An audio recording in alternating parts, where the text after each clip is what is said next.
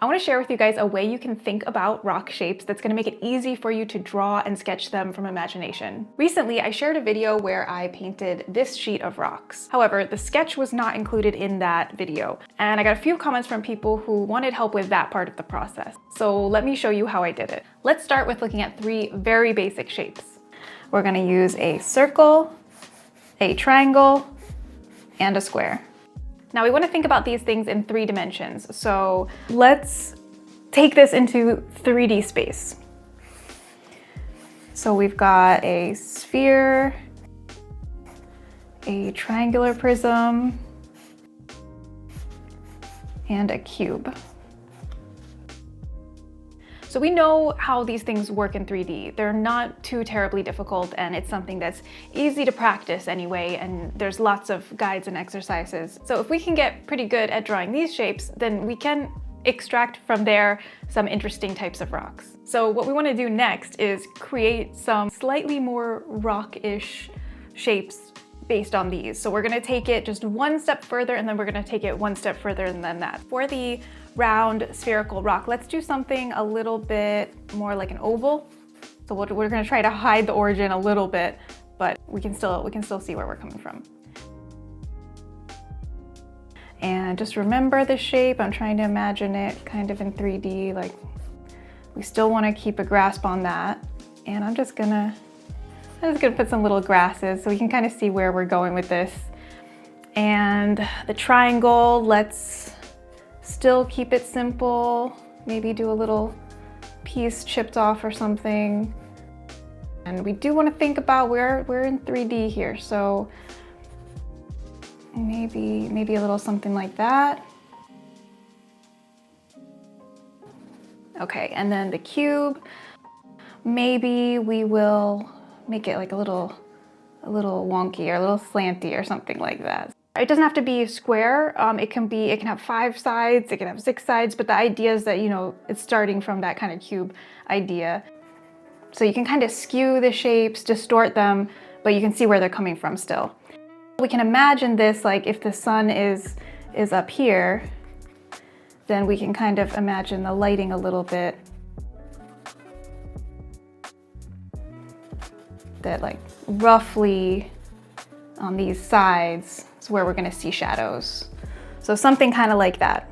This is about as detailed as my sketches were for that sheet. I had very, very basic shapes, and then when I painted on top of them, that's where texture, value, all those interesting things happen. But this is just to give yourself like a very basic shape to paint on top of. So for this rock, the rounded one, let's skew it a little bit more. So what if we kind of make it kind of like what we did here? Let's skew that up a bit higher, and then maybe we'll give like a little baby rock down here.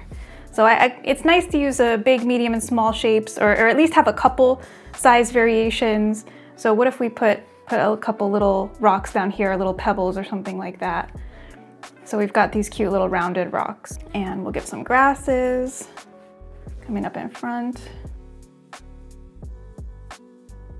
And we still want to think about 3D space, so we gotta imagine this is the top face of the rock, and we can kind of think about, we're using these shapes, we're thinking about this to think about what kind of 3D space this takes up.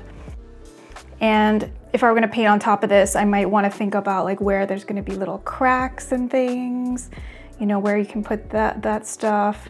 Maybe there's going to be a little chip taken off, or a little chunk somewhere, or here there could be like a little indentation, or maybe you want to add moss on top of it. That could be cool. So, you know, we could do something like little mossy rocks. And maybe there's some cute little plants growing here. We can give a lot of personality to this. We could think about lighting on this too. You know, we can kind of follow the same thing we have there. So we already thought through that. So kind of give some shading. If you want to clean this up, you know, you can, if you want to make this a little bit more presentable. And usually for me, these days I'm doing a lot more painting than drawing, so my drawings aren't really usually polished up that much. They're usually just to paint on top of. So let's look at this triangle. We're gonna save some space here. So we're gonna do, let's do a sharper triangle, maybe something higher. And let's see. So we can kind of, you know, go off this one, but just elongate it a bit. Make it tall.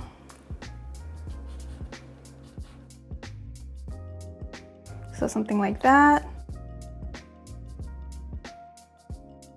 You could kind of figure out, okay, maybe there's like little cracks and chips and things.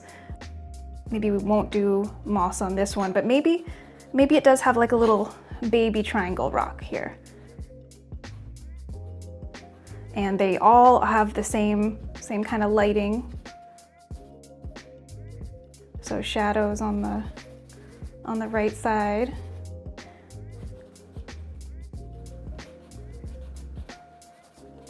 And grasses coming up. And there we have a triangle rock. So let's try a square. Let's maybe crack this rock. There was a rock I did like this on that other sheet. I just thought of it, so it might be fun to do something like that. Here, let me show you which one. Something like this. I was using this idea when I was making this sheet. So this one, you know, we can do something like that. You think about the cube and then you basically do another cube. So I'll show you. So we have one cube and then we have a cube that's higher. So something like that. So you applying all the cube principles, but we're doing a couple cubes. And maybe we want to add a little baby rock here too on the side. We'll do something like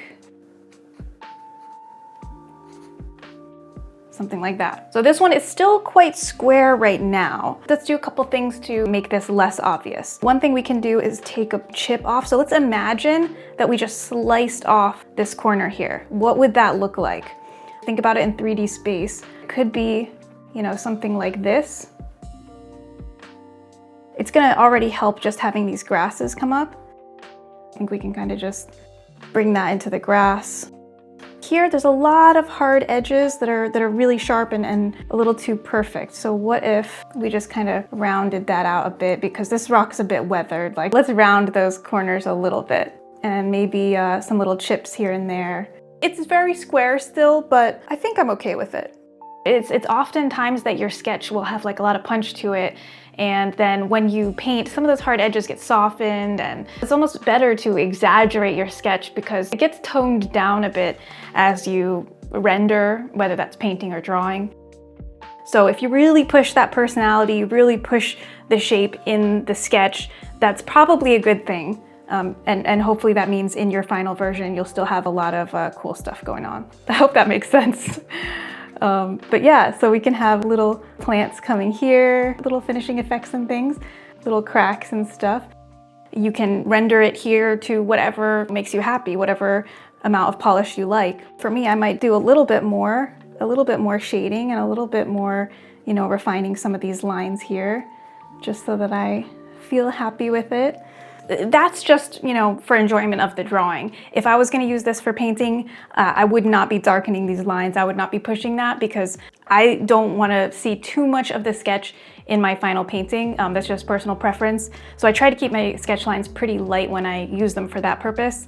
And sometimes I even take this eraser and just kind of, you know, pick up some of the pencil so that it's lighter before I paint. I hope that this was an easier way to think about doing this and just keep the pressure low. If you're drawing or painting a landscape and you want to add a rock here or there, don't overcomplicate it. Pick out some basic shapes, play with them, find something that works, and go with that. Keep it simple, understand how it works in 3D, think about the lighting. And I also would advise doing some studies and sketches from reference and have some references open when you're working. This is what I do with my rock painting and rock designs. They're nothing too crazy. They are based on basic shapes and just mixing things up a little bit here and there, playing with them. I hope this helps with your drawings and paintings. Thank you so much for watching. Thank you to those of you who asked about this. I hope the video was helpful and answered your questions. If you have more questions or questions about other topics or things you'd like to see me cover, let me know in the comments. If you liked the video, give it a like and subscribe if you want to see more videos like this. Thank you for watching, and I'll see you in the next one. Bye.